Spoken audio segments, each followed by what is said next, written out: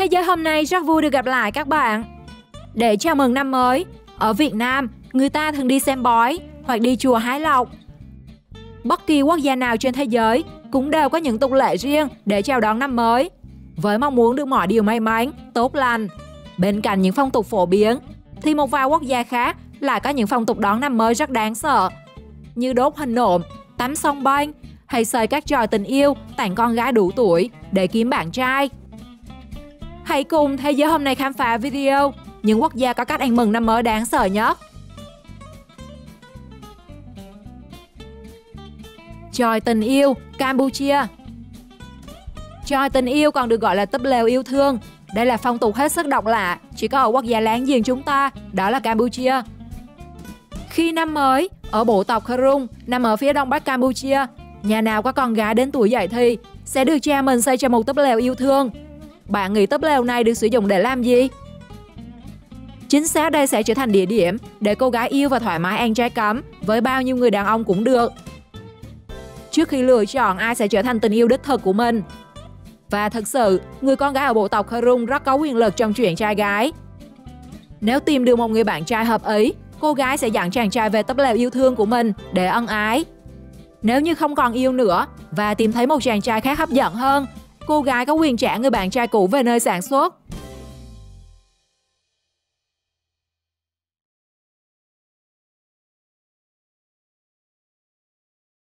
Peru, đánh nhau để mong năm mới hòa bình. Người ta nói không đánh nhau vào năm mới để tránh xui rủi. Ở Peru lại có truyền thống rất khác. Họ giải quyết mọi rắc rối trước thềm năm mới bằng nắm đấm. Nghe rất manh động và bạo lực đúng không nào? Và hẳn chẳng bạn nào muốn đón năm mới với bộ mặt đầy thương tích. Tuy nhiên đây lại là cách để người dân Peru tiễn biệt những đen đuổi, suối quậy của năm cũ, chào đón năm mới. Theo đó, khi mâu thuẫn hay hiềm khích, đến ngày cuối năm, tất cả mọi người, từ già trẻ, gái trai, thanh niên, trẻ nhỏ, sẽ cáp kè quánh nhau, có sự giám sát của trọng tài. Kết thúc trận đấu, họ có thể ra về với thương tích nhẹ, nhưng không ai có đó là sự hận thù. Họ bỏ qua mọi thứ, xí xóa những chuyện ở năm cũ, và năm mới họ sống một cách hòa thuận.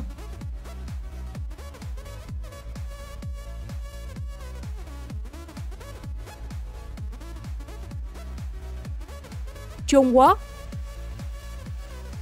Việc hẹn hò khi vừa mới gặp mặt vốn đã là chuyện kỳ quặc, chứ chả nói đến việc các chàng trai có thể đo vòng 1 của người mình hẹn hò ngay trong ngày đầu tiên. Ấy thế mà câu chuyện tưởng như đùa này lại có thật ở đất nước tỷ dân. Lễ hội hẹn hò kỳ lạ này diễn ra tại một công viên nước ở thành phố Hàng Châu, Trung Quốc, với hơn 30.000 người tham gia. Muốn tìm được một nửa của cuộc đời, bạn phải đăng ký trước. Trong buổi hẹn hò, bạn phải mặc đồ bơi. Những cô gái tham gia phải để mặt mộc hoàn toàn, nhằm giúp các chàng trai không bị đánh lừa bởi công nghệ trang điểm của các cô gái. Nhưng quy định kỳ quái nhất của ban tổ chức là cho phép mấy bạn nam được đo vòng ngực của người đẹp mà mình muốn hẹn hò. Sự kiện kỳ lạ này gặp rất nhiều chỉ trích trên các trang mạng xã hội tại Trung Quốc vì họ cho rằng nó hạ thấp nhân phẩm của người phụ nữ. Các bạn thấy sao về lễ hội này? Hãy chia sẻ ý kiến với mọi người bên dưới phần bình luận.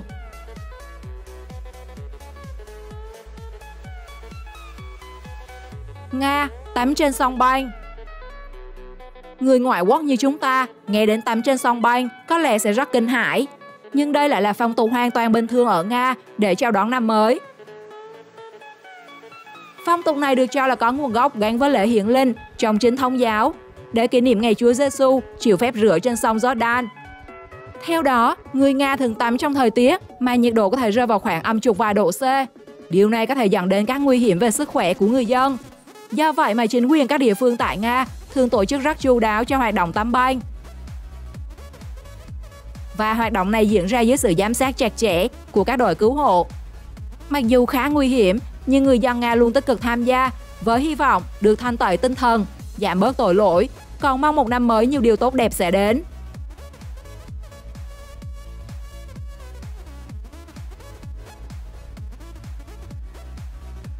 Brazil thường mặc đồ trắng và nhảy qua 7 con sóng. Ở Brazil, năm mới được coi là thời điểm để nhìn lại quá khứ và đưa ra những quyết tâm mới cho năm mới. Tuy nhiên, có một điều rất lạ trong phong tục đón Tết của người Brazil. Thay vì mặc đồ có màu đỏ như nhiều nước khác, người Brazil sẽ mặc màu trắng. Vì với họ, đây là màu biểu thị cho sự may mắn, thịnh vượng và có ý nghĩa xua đuổi những linh hồn xấu.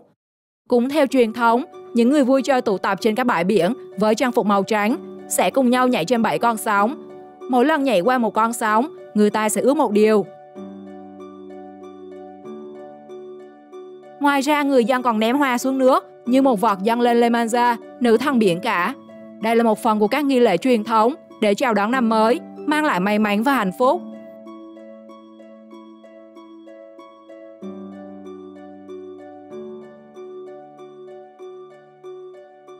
Đan Mạch và Hy Lạp. Nếu ở Tây Ban Nha, vào lúc đồng hồ điểm 0 giờ, người ta thường ăn hết 12 quả nho trong 12 giây. Một phong tục rất nhẹ nhàng. Thì ở Đan Mạch và Hy Lạp, cách đón năm mới đáng sợ và bạo lực hơn nhiều. Theo đó, trong đêm 31 tháng 12, người dân Đan Mạch và Hy Lạp sẽ thực hiện phong tục ném đĩa và kính cũ vào cửa nhà người thân và bạn bè. Họ tin rằng việc này sẽ xua đi những điều xui xẻo của năm cũ. Người nhận được nhiều đồ sành sứ vỡ hơn được xem là may mắn. Ngoài ra, ở Đan Mạch, nếu 25 tuổi mà bạn chưa lập gia đình thì bị coi là ế và sẽ bị rác bột quế lên người rất thê thảm.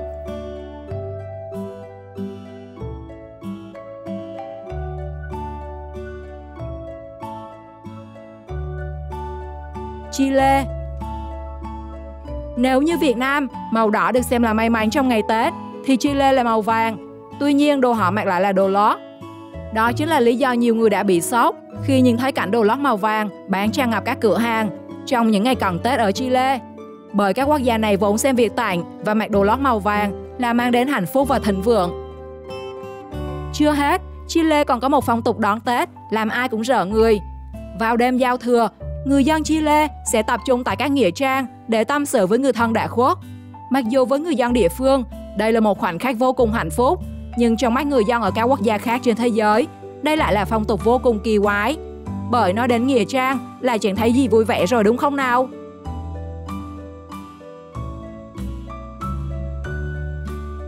Ecuador, đốt bù nhìn. Phong tục đốt bù nhìn được cho là bắt đầu từ thành phố Guayaquil vào cuối thế kỷ 19. Ngày đó xảy ra dịch bệnh sốt vàng da, người dân địa phương đã phải thiêu các quan tài cùng với quần áo của người đã khuất để ngăn ngừa dịch bệnh lây lan. Sau đó, phong tục này được xem như một cách xua tan những điều u ám trong năm cũ để đón chào một năm mới với những điều tốt đẹp hơn ở phía trước. Từ đó, người dân Ecuador đã đón mừng năm mới bằng cách đốt hình nộm. Và chắc chắn khi nhìn thấy, bạn sẽ cho rằng đây là phong tục hiến tế hay nghi lễ cúng tà ma nào đó. Điều đáng sợ hơn là các hình nhân ở đây có thể là biểu tượng của các nhân vật nổi tiếng, từ chính trị gia, ngôi sao nhạc pop cho đến nhiều thần tượng khác.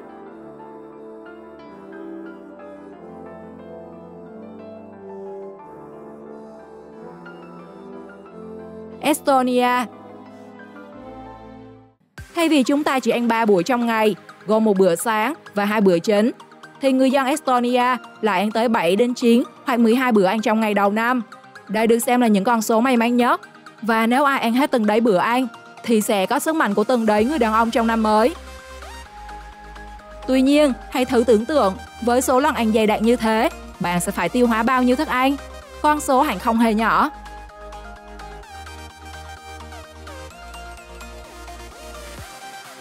Italia, mặc quần lót nhảy xuống cầu. Trong thời tiết âm độ, liệu bạn có đủ can đảm để ngâm mình dưới nước? Chắc chắn là không phải không nào. Tuy nhiên, dù cho thời tiết có khắc nghiệt ra sao, người dân Italia vẫn có một phong tục đón Tết khiến người ta phải đông cứng. Đó là mặc quần lót nhảy xuống sông trong thời tiết lạnh giá vào ngày đầu tiên của năm mới. Tập tục này có từ năm 1946 và được tin rằng những ai đủ dũng cảm nhảy xuống sẽ gặp nhiều may mắn và thành công trong năm mới. Để tránh tình trạng người dân ăn Tết với hà bá, chính quyền địa phương phải tổ chức lực lượng túc trực sẵn dưới sông để thực hiện các việc hỗ trợ người dân sau khi nhảy xuống, cũng như kịp thời cứu hộ những trường hợp bị đuối nước.